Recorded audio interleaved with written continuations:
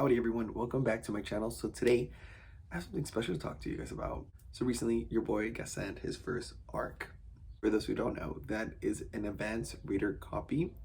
Thank you first to Virginia McClain for being the first author to entrust me with her work, and in return I will be giving her my honest opinion. Alright, but before we can begin, make sure to like and subscribe because that's important. You know this, I know this.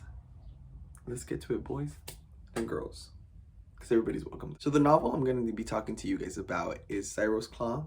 There you go, by Virginia McClain. It's a beautiful cover. The story is about a scribe named Ryu who finds some information that she's not supposed to know about. She translates it. Pretty much she read the wrong scroll and she has some information that she's not supposed to know about, unknowingly putting her life in danger. So this is where we meet Kai, who is the captain of a beautiful ship known as the Wind Serpent. Sorry, her name is Kaio, but I call her Kai because it sounds pretty. So she is tasked to retrieve Ryu by Admiral Saito, which happens to be her dad. Nepotism, am I right? No, she deserves her spot because she's a badass captain. Don't listen to me, I'm crazy. To make things interesting, her father assigns her, the Admiral, assigns her to take, let me see if I'm pronouncing this correct, Doshigatai? Well, they're described to be like irredeemable criminals who like done the worst, like rape, kill, all that bad stuff that you can't really justify. In their system, they can't justify letting them back out into the world. Pretty much like I saw it like as a Suicide Squad kind of mission. Kaio being the captain flag of the crew. She is assigned to recruit 15 Doshigatais and take them into this dangerous place, which is like a enchanted forest, which is protected by Torako, or Tora for short. She's the protector of the forest, and she's one badass motherfucker. I almost failed to mention, there's also Sairō, who is a spirit, and they are cursed or trapped into this katana that Torako uses to find her wife. I want to classify this as science fiction and fantasy, but I'm fairly new to categorizing books, so don't quote me on that. I want to give my honest opinion. I know I'm not really good at describing these things, but just know I'm gonna pour my heart out and let you guys know why I enjoyed it, and hopefully that is enough for you guys to check it out. First of all, there's a lot of queer representation in this book. Take the second in to soak that in. It's a lesbian couple in this book, which are the main characters.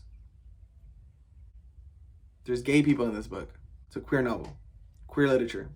All right, now that that's out of the way, if you start reading this book and you start putting things together, I don't want you guys to be surprised that it's a queer book with a lot of queer representation. The author is queer, so of course her work is gonna represent that. It's gonna be something she relates to, obviously. So when I first started reading this book, because I like to go into books blind, and I'm gonna keep saying that because if you for some reason don't like to read queer novels, I don't want it to catch you by surprise, even though you should read this book because it's a great fucking book.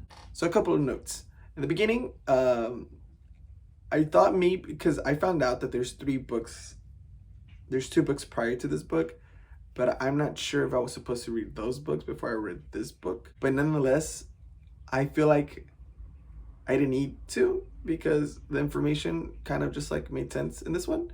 But I will go back and read those two because this book was great. Saying so, in the beginning, there's a lot of names and a lot of things, like there's a tree spirit in there. I want to say the first couple of the first 5% of the book, that was a little tricky to kind of like overcome. So this book does not take place in Japan at all, but it does borrow some terms from Japanese language, and I'm fairly new to pronunciations when it comes to Japanese terms, so if I mispronounce anything, by the way, throughout the whole video, excuse me, I'm stupid, I don't know what I'm saying. So yes, in the beginning there's a lot of names, and that at first was confusing. What I started to do was highlight certain characters. If it's a spirit, I highlighted it with green. I think the Kindles have like a highlight green. If it's a girl, it was pink. If it's a boy, obviously blue. If it's a non-binary person, I try to do like a pretty color, maybe purple. So after like doing that highlighting system, it made it so much more easier, and it was smooth sailing after. No pun intended. Yes. So a couple of things I liked about this book was the camaraderie between Kai and her crew of the Wind Serpent, the Kisoshi, I pretty much is pronounced, which it gave me very much Avatar: The Last Bender vibes, with them being able to wield these powers, these magical powers, and also her relationship with Tanaka, which is like a great balance in between them. I feel like they balance each other out, and who's in her words, her only friend. I'm not gonna give anything to spoil their relationship. There's also a non-binary character named Light or Lit, or however you would like to pronounce it. Oh, with the pronouns Z and Zer, which was very interesting. At first, it took me some getting used to, but I found it very interesting. Also, Caillou, I think Caillou was asexual. I'm not sure, because she describes her relationship with men and women, and sometimes she says she preferred women, but at the same time she said that it didn't really give her the satisfaction that people describe. So I'm assuming she's asexual, but I could be wrong. This book was just so well written, honestly. Twists left and right, honestly, very twisty. Action, there's action in this book like a motherfucker.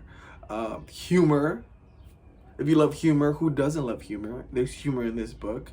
A badass katana wielding woman. Tip number one that I got to review this book was not to spoil it, and a lot of things that I could be saying right now could spoil it, so I'm not gonna do that. So Virginia McClain, who's the author, she can write a hell of a fight scene. There's a fight scene before they reach the docks, and it was chef's kiss, honestly.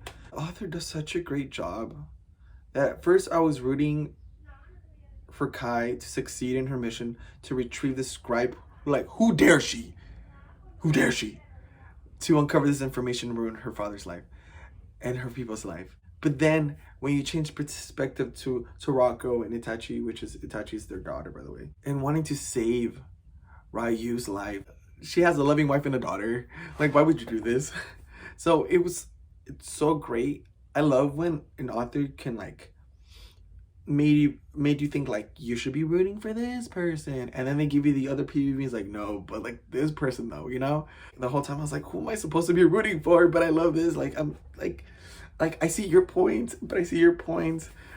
Can't describe it, can't put it into words. You can clearly see there's more positives than negatives when it came to reading this book, and that's just my honest opinion.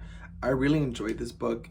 I read it really quickly, to be honest, because I was really enjoying it. So yeah, I'm not gonna sugarcoat anything. I'm not gonna be like, oh, just get it because this is my first arc. No, bitch. I'm gonna give you guys the truth. This book has queer representation.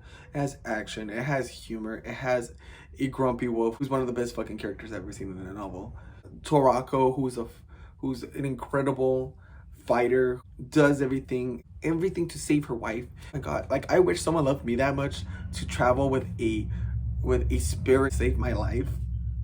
Like, you don't see that anymore. You don't. This book does come out May 7th, and I do highly recommend you guys check it out. So I will be doing a giveaway for this novel, a paperback copy. The rules are simple, guys. You just have to be in the US, follow the author, send her a big howdy on Twitter on my behalf. That's pretty much it for that giveaway. So yes, I gave this book a howdy rating, which is a 5-star on my rating system. I appreciate Virginia. Thank you so much, Ms. McClain, for entrusting me with your novel. I cannot say enough nice things about this book. Make sure to check out Sairō's Claw by Virginia McClain when it comes out on May 7th. Be on the lookout for that giveaway, guys. It's a great book. I know you'll enjoy it. I enjoyed it. Or I say it's my favorite book in April. I may say it. So thank you so much for watching today. I'm gonna wrap up. I'll see you guys soon. Thank you. Peace.